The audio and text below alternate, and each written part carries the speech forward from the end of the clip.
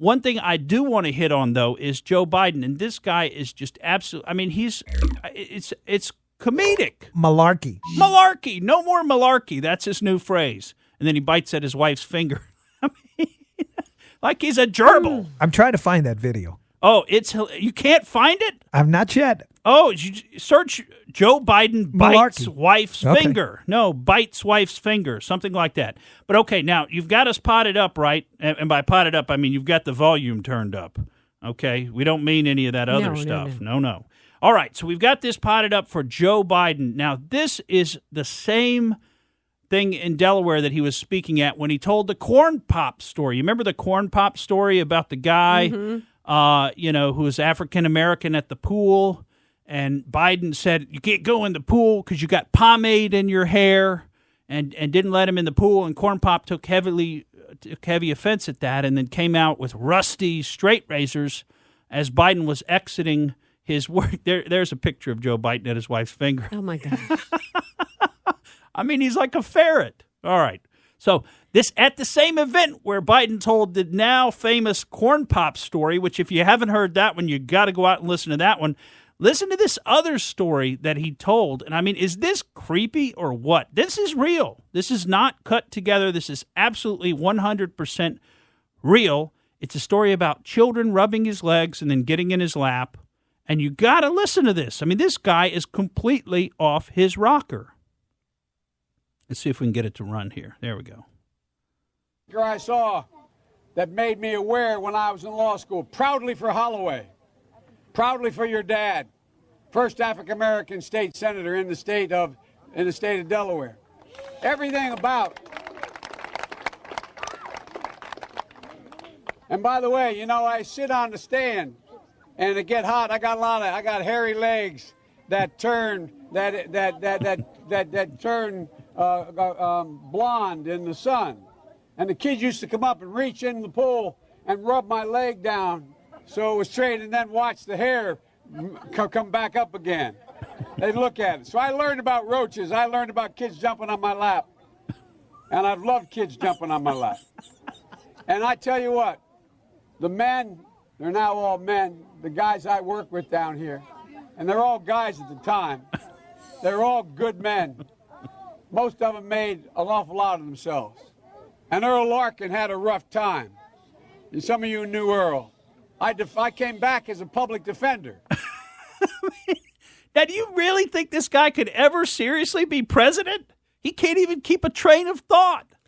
Where did the roaches come from? Is he talking about kids as being roaches? I mean, where did the roaches come from? He learned all about roaches. Hopping in his lap, kids in his lap, love kids in his lap, rubbing his leg, rubbing the hair down. The hair turns blonde because he's in the sun too much. I mean, this guy is completely off his rocker. I think he has the basics of storytelling down pat, but he's not putting them together cohesively. Like he's like, okay, sensory details, that's the mark of a good story. So he's talking about the hair on his leg, the analogy of roaches, but none of it makes sense. He needs a overall strategy or, action of the story, going from where to where. Now, do you think President Trump really needs the Ukraine to investigate Joe Biden so he could beat Joe Biden? Are you kidding me? Can you imagine Joe Biden on a stage with President Trump talking about stuff like this? I mean, President Trump would eat his lunch in a debate stage. Remember what President Trump did to Hillary Clinton on the debate stage? He will absolutely eat Joe Biden's lunch, or as Joe Biden likes to put it, I'll beat him like a drum. No malarkey. I'll beat him like a drum. All right, so I don't think there's any real risk. It's just amazing to me how Biden has persisted. And, of course, he's done this almost his entire career. I mean, this is not new. It's being amplified with his age, but he's been full of gaffes his entire career. I mean, he was known for gaffes beforehand, and he's got all these problems with his family, all this, pay-to-play type of stuff where, hey, you want to make deals with the federal government? I'm the point guy in your country. Make sure my son gets a cushy job, makes $83,000 a month for doing what? What was he doing? He didn't know anything about energy sector. Apparently, all he knows about is cocaine and strippers. That's what he spends all his time on. Speaking of doing anything, do we remember anything that Biden did when he was vice president? No. No, he just tried to hang around and hope like some of Obama rubbed off on him. That's all he did that I can remember.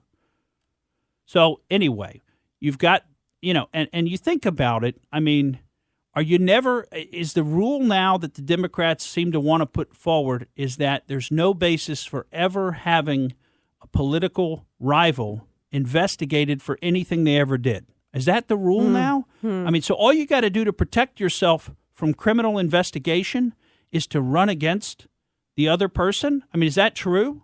Because that's essentially what they're saying. They're saying it's completely wrong to ask Ukraine to investigate Joe Biden. Well, wait a minute. What if Joe Biden and his family were highly corrupted? What if they were grifters? What if they were taking money from a Ukrainian company for political influence? Is that not something that we, the people, want to know about? What if he was using his office as vice president to enrich his family? Doesn't that sound like it has more legs to it than Trump's problem? It sounds like it's got more hairy blonde legs to it than Trump's. Absolutely it does. I mean, Trump's problem is completely fabricated, but you see how they try to turn it around on you? And that reminds me of another strategy of propaganda and the rules for radicals. Accuse your enemy of the things that you are doing. So Joe Biden actually was corrupt, and the entire Obama administration, by extension, was corrupt in Ukraine. So now they accuse President Trump of being corrupt in Ukraine as kind of a defensive mechanism. That's pure propaganda, and that's what they're doing. It's also what you do if your spouse is cheating and they're accusing you. They're cheating, but they're accusing you of cheating. That's usually a bad sign. Yeah, right. And then it's just like, oh, well, this is just you're just accusing me because I accused you first. Well, no, I'm accusing you because you actually did it, right? Mm-hmm. You accused me first as a defensive mechanism. We frankly see that in the practice of law, at least I do a good bit. I see people, whenever you start accusing me of something that I didn't do, I'm thinking that's probably what you did. Yes. That's probably exactly what you did because you're trying to set it up so that when I actually catch you having done what you really did, now the judge can't figure it out because it looks like, two children fighting. Classic projection. Yep. He punched me first. No, he punched me first. Oh, children, behave. Thank you for listening to the Morgan Streetman Show. We hope you enjoyed what you heard, and if you did, please click like and subscribe to help us out. And remember that we recommend that you exercise your brain at least once a week.